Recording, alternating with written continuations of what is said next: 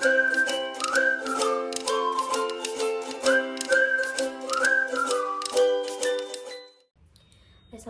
warahmatullahi wabarakatuh. Halo teman-teman semua, kembali lagi di channel saya. Pada kesempatan kali ini saya ingin menjelaskan mikrobiologi laut dengan judul peran mikroba perairan. Kita langsung saja masuk ke materinya. Yang pertama, fermentasi hasil perikanan. Proses penguraian senyawa kompleks atau protein dan lemak dalam ikan atau udang menjadi senyawa yang lebih sederhana oleh aktivitas mikroorganisme, terutama enzim yang dihasilkannya. Nah, tujuannya yang pertama ialah untuk pengawetan. Ini dapat menghasilkan asam, alkohol, atau senyawa antimikroba. Yang kedua, menciptakan cita rasa, aroma, dan tekstur yang khas. Yang ketiga, meningkatkan nilai gizi. Melibatkan mikroba alami dari ikan atau lingkungan atau starter. Selanjutnya ada fermentasi peda. Peda ini adalah ikan. Peda adalah produk ikan fermentasi, biasanya ikan gembung dengan penambahan garam. Penggaraman basah atau kering yang difermentasikan selama periode tertentu. Proses ini melibatkan dua tahap utama. Yang pertama ada penggaraman dan yang kedua ada fermentasi. Selanjutnya bahan baku dan lingkungan dalam fermentasi peda tadi. Bahan bakunya tadi ikan gembung, lalu ada garam. Untuk lingkungan fermentasinya yang pertama kadar garam tinggi, yang kedua awalnya aerobik kemudian menjadi anaerobik terutama di bagian dalam tumpukan ikan atau wadah. Yang ketiga suhu lingkungannya. Nah, peran garam di fermentasi ini ialah seleksi mikroba. Hanya mikroba halofilik yang suka garam atau halotoleran yang tahan garam yang dapat tumbuh di wilayah ini. Penghambatannya yang pertama mencegah pertumbuhan bakteri pembusuk, misal Pseudomonas acinetobacter yang tidak tahan garam tinggi. Yang ketiga, penarikan air. Nah, di sini mengurangi aktivitas air, menghambat pertumbuhan mikroba yang tidak diinginkan. Yang keempat ada aktivitas enzim, membantu mengaktifasi enzim proteolik alami dari ikan. Selanjutnya, mikroba dominan dalam fermentasi peda. Terjadi suksesi mikroba atau perubahan komunitas seiring waktu. Yang dominan ialah bakteri asam laktat atau BAL, halofilik atau halotoleran. Contohnya di sini ada Tetragenococcus, Pediococcus, Weissella, Lactobacillus, dan spesies halotoleran. Lainnya terutama tahap awal atau permukaan yaitu bakteri gram-positif Coccus, Staphylococcus, Micrococcus, halofilik, beberapa kamir halofilik. Selanjutnya proses biokimia terhadap fermentasi peda. Yang pertama ada autolisis, enzim ikan, enzim proteolitik seperti tripsin, chymotrypsin dari jeroan dan daging ikan mulai memecah protein. Ini penting di tahap awal.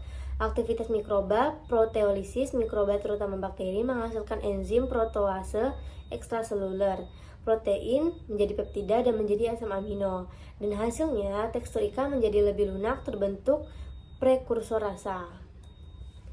Selanjutnya proses biokimia, aktivitas mikroba atau lainnya, fermentasi karbohidrat jika ada BAL memfermentasi gula sisa glikogen ikan, lalu menjadi asam laktat, menurunkan pH sedikit, berkontribusi pada pengaweten dan rasa. Lipolisis sedikit, pemecahan lemak oleh lipase dari ikan atau mikroba, asam lemak bebas berkontribusi pada asoma.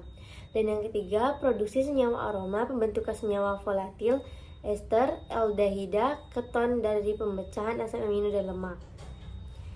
Selanjutnya hasil akhir, yang pertama teksturnya lebih lunak akibat proteolisis.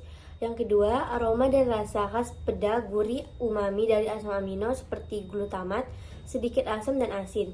Yang ketiga, pengawetan kombinasi garam tinggi dan sedikit penurunan pH oleh BAL.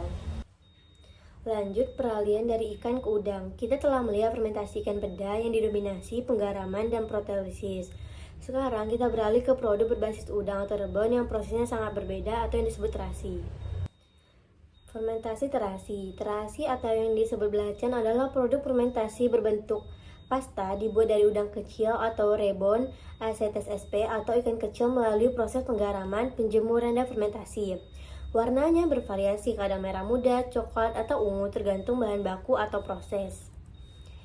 Bahan baku dan proses untuk fermentasi terasi, yang pertama ada rebon atau Acetes sp atau udang dan ikan kecil, garam, NaCl.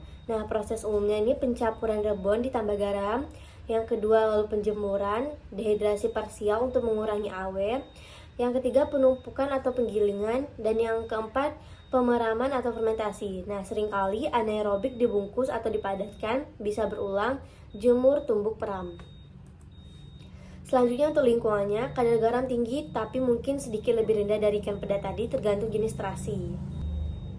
Selanjutnya AW atau aktivitas air relatif rendah karena penjemuran. pH cenderung netral atau basa, alkalis. Ini berbeda dari fermentasi asam seperti yogurt atau peda yang sedikit asam. Kondisi pemeramannya umumnya anaerobik.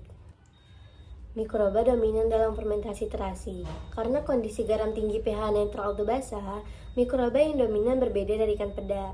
Dominannya itu bakteri halofilik atau halotoleran, dan yang alkafilik atau suka basa atau alkali toleran. Contohnya Bacillus sp. Yang sangat umum misalnya Bacillus subtilis, Bacillus liseniformis, dan Bacillus amylosquefaciens. Bakteri Coccus gram positif misalnya Staphylococcus halophilic terkadang ditemukan BAL, misal Tetragenococcus, tapi perannya mungkin tidak sedominan di peda. Selanjutnya proses biokimia pada fermentasi terasi. Proteolisis kuat ini adalah kunci fermentasi terasi.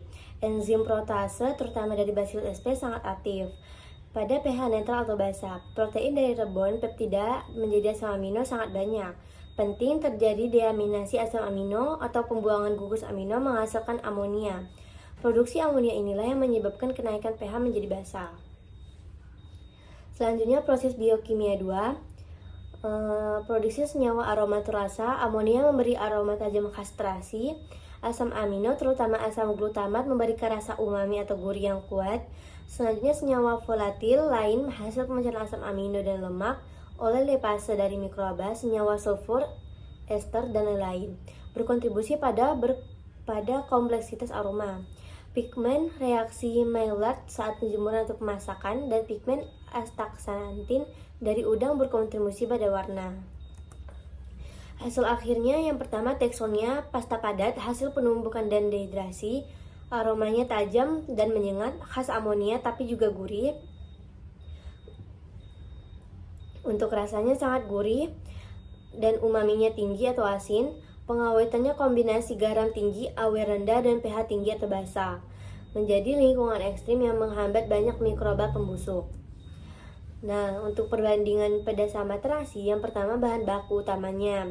Kalau peda menggunakan ikan kembung, sedangkan terasi menggunakan udang kecil. Nah, proses kuncinya pada peda itu penggaraman, pematangan. Sedangkan terasi penggaraman, penjemuran, dan pemeraman.